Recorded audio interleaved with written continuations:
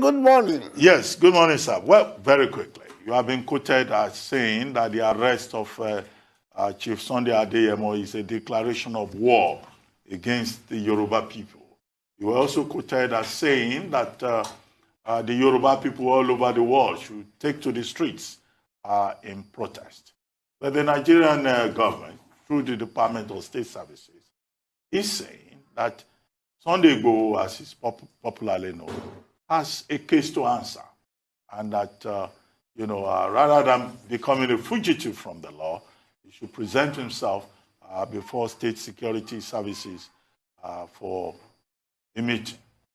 And now we have this situation where he has been arrested in Benin Republic, and in the last few days there's been this issue about whether to extradite him or not.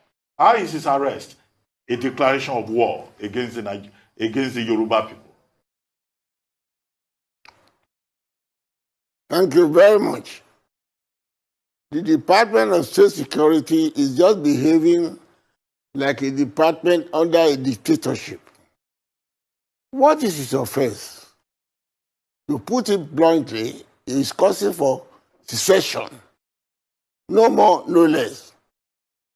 He has been holding meetings in Akure, in Osogbo, in other places, without any damage to anybody. What is he saying that is different from Scottish Nationalist Party? A party that is separated, that was separated from Britain. They have been together since 1707. In fact, since 1603, when St. James I of Scotland became James I of England. And the union came around 1707. And now there arises a party saying that they want to separate. But Johnson has not arrested the leaders of the party. He has not accused them of treasonable felony or anything of the sort. As a matter of fact, in 1998, under the Scottish Act, they have an agreement that they wanted to separate, and a lot of devolution of powers was given to Scottish Parliament. Democratically in a society where there is democracy. Now, the one that they did was that they should go to referendum, which they lost narrowly, 55 to 45. They are now still agitating to want to have another referendum. And Boris Johnson is hesitating. It's just argument. They are all saying in the same parliament what is criminal and what he has done. Except because we are in Nigeria under Buhari dictatorship. It's unfortunate. In the First Republic, but they were accusing myself and Shivaula of treasonable felony. We were in Ghana. We stayed there. And there was the meeting of the West African leaders at that time, the OAU, that was held in Ghana. But they were insisted I won't come there because myself and Ikoko and others were in Ghana. Nkrumah did not repatriate us because of that. What did he do? He sent us abroad to Russia and other places. Why that conference will be taking place? He didn't break the relation. He didn't return us because he wanted the conference to be held there. That is what is done in a democracy. And when we accuse this man of being a dictator, people say we are just labeling him. Everything he does, his parliament, his party, is anti-democracy. Look at Bill now they are not passing parliament. He beating free election in a democracy. And they are taking pride about that. My dear Abati, it's unfortunate for a person like myself who fought for independence, who struggled under British colonialism. We will resist Fulani domination under any pretense. Why should you be harassing the man? He went to his house midnight, What for? Because it's calling for secession. My dear, it's an unusual pattern. And they are only disgracing this country by this action. Because all the democratic world knows that all these things are things that are done in a democracy.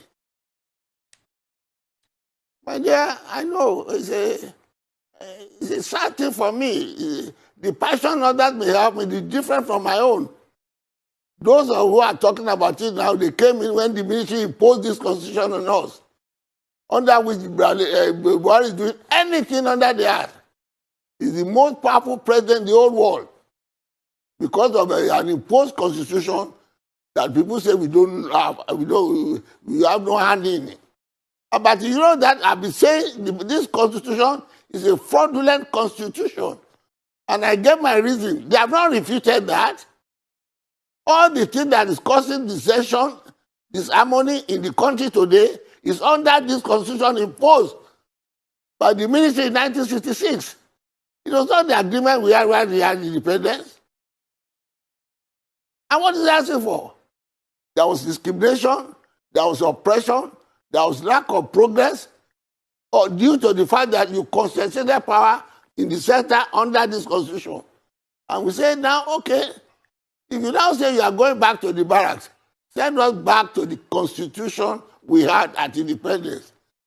And I buttress it by the fact that the constitution which we had, which Balewa, Saudana, Awolowo, Azikwe signed before we came into independence. They have not refuted that. They have not said this constitution is legitimate. We disputed every line of action of their case. They have not reported it, but they are only using power. The man is chasing Balewa, he's chasing Igboho all around. He's chasing Nnamdi Kanu.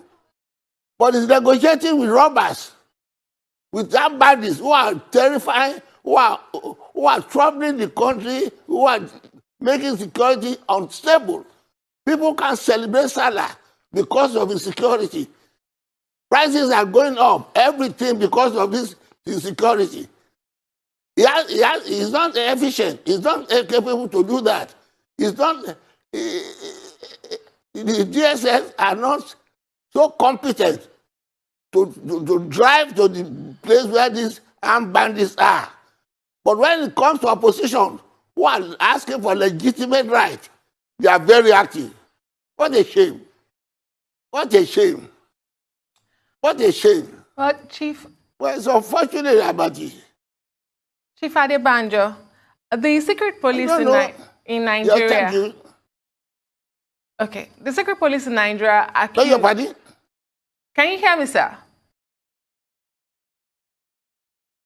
Wait, come again. Chief Adebanjo, I need you to confirm you can hear me. Yes, I can hear you now. Okay. So I was just asking you that the I can hear you now. Okay. The DSS is accusing Sunday Igboho of stockpiling arms to cause chaos in the region. We also know that Mr. Adeyemo had led several protests calling for a breakaway nation, and he's issued eviction threats to a particular tribe, the Fulani tribe, to leave the southwest, which he calls the Yoruba nation. We've seen reactions and clashes as a result of that. Would you say this is the best way the Yoruba nation, the southwest, can pass across their demands? Is this the way to get their point over? My dear, I hope you are not a stranger in this country. No, I'm not. He asking the Fulani to go. Don't you know the background? It is because of the failure of Buhari to protect life and property in this area. His uncle was murdered. All these people, the Fulani people there are raping, kidnapping, depriving the farmers from their land. And they killed his uncle who came all the way from America to establish farmland. They destroyed the farm and killed him. They kidnapped the Oba there. They kidnapped the children and they raped the women. And the man rose retaliation. Because all those people who did this havoc, neither the federal government or the state government came to their aid either to stop or to arrest those who are the culprits. That is the action that causes the reaction of Igboho. Nobody knows Igboho in this country. I don't know him until this incident came about. And what is the reply of the government? Now talking about you want them to go, you want them to go. That is talking rubbish. He didn't ask, he had to say Fulani want to go. Did he ask Dangote to go? Has he asked Rabiu to go? Has he asked the people who are doing legitimate business in Yoruba land to go? When these people just put wool and come people's eyes, you journalists must be able to shift everything. Why is it confusing? Did man just say go? He said, let the Fulani who are troubling my people, let them leave my place. And the answer, what is the answer of the Attorney General? Even when the governor of a state said these Fulani people are disturbing him, raping, kidnapping, and they are in this forest, they should leave the place. He said, he compared that with those who are doing legitimate business in the north, who are selling spare parts. And I said, well, if the people who are selling spare parts kidnap your people, plunder them, deprive them of their farm, send them back. You have not answered that. You are all living with us in this country. That's the background. He didn't just wake up and say, go away. When you talk of the reaction, you must always talk of the action that causes the reaction. It is the inability of Buhari's government to protect their property in the Igboho territory that causes the Igboho to come to self-help, which is constitutionally right, legitimate.